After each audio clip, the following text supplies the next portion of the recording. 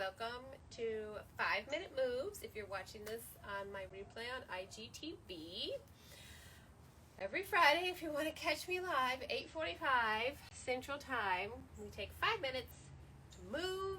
Sometimes it feels like you don't have time for a class, even if it's 30 minutes, even if it's 10 minutes. Like, how about just 5?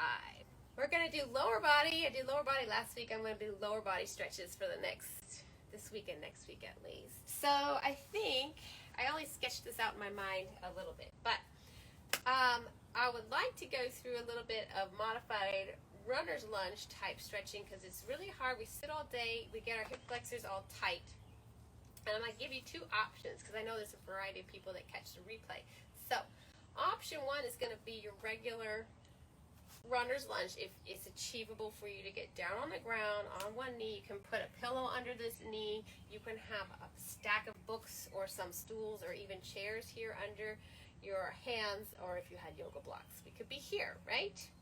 Now, if you're like, yeah, Sarah, I don't move that much. You know who I'm talking to. Just from a standing position, just step back a little bit. You can pop your heel up. It probably won't be down because that would be a lot of stretch on your calf. You're going to bend your front knee. What I want, though, is that this front knee doesn't bend over the ankle. We got to backtrack ourselves so the knee is directly on top, all right? So that means this back leg might have to step back a little bit more. Again, you can have your hands on a chair, on a stool, on a counter. And we're just going to kind of dip, bend this leg. And if you tuck your pelvis under, I got to start my timer now. We're starting our 5 minutes. This is our 5-minute movement now. Tucking our pelvis under from the standing position, you get to feel this stretch here on the front hip flexor. And then you can release that tuck. Now, if you're in your runner's lunge on the floor, so standing people stay there, but if you're here on the floor, same rule applies, knee over the ankle, not pushed forward, not back here. You can still take this little tuck. You're not going to get as much range of motion. Just gentle, nothing forcing here. So I'm going to go back to the standing version. Pretend I'm holding on to a counter or something so I'm not falling down. And we'll just tuck and release. And now, in between this tuck and release, I want you to find your neutral spine if you can. If you're not sure, that's okay. Just have energy going up the front of your tummy and then down your tailbone. So we're going to stay in this position. The same arm as the leg is going to reach up. So again, standing looks like this. If you're in your down on the floor runner's lunge, you're here. And on the ground, you can push forward just a little bit and reach this arm up and back if you need more stretch. I'm aiming these stretch classes at those of us that are just starting our stretching journey. We just need a little movement. So absolutely fine to have your arm up. Your arm can even be straight forward if going up is too much. You can take hand on your shoulder. Okay. I'm going to reach up and back a little because that feels good to me to stretch out the front of this hip flexor here. Now these legs are probably getting a little bit tired. So if you're standing, step in, shake them out. If you were down on the ground, you can just switch your legs around. We'll take the opposite leg back. Whether we're on the ground or standing, bend this front knee.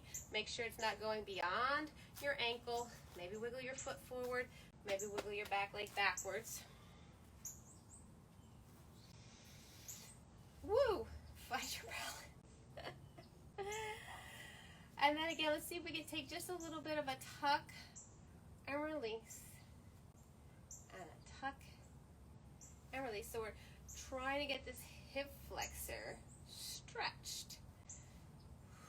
And depending on how tight it is, even when you're standing, you might not get a lot of range of motion. That's okay. Now, stopping in between, we have a neutral spine. Energy up the front, down the back, but not tucked. Arm options. Forwards, upwards, adding a little stretch back. Maybe just taking the hand to the shoulder. If it's you can experiment with the elbow side or the elbow reaching up too, if your fingertips are on your shoulders, which might work for anyone with more. If the arm reaching up is too far. Hi.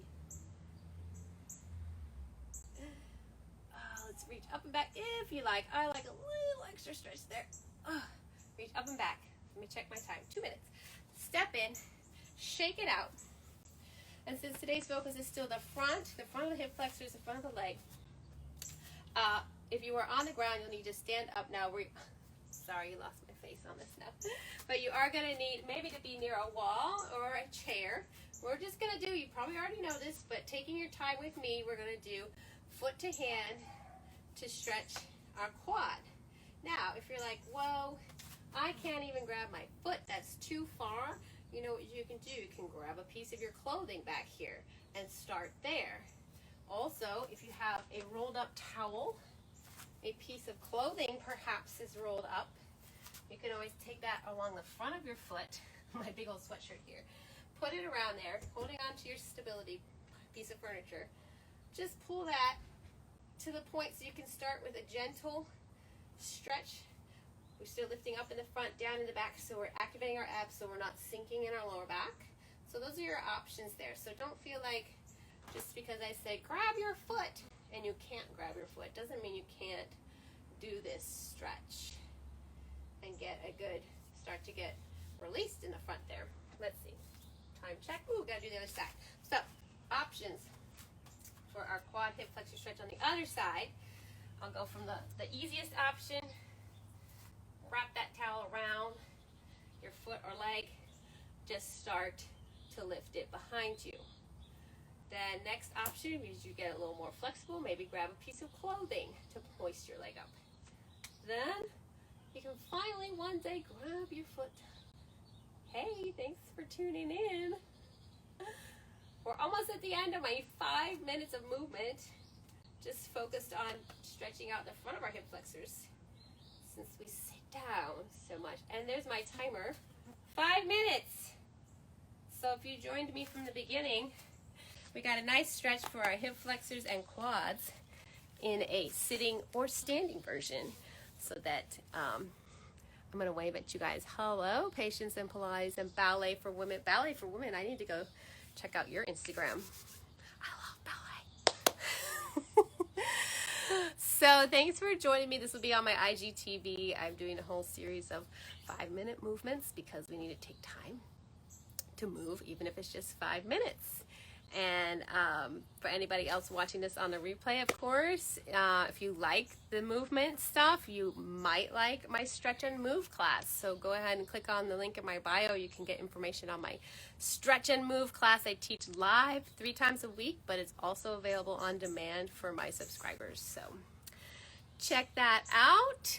Invite a friend for 5-minute movements next week. And you guys have a good Friday.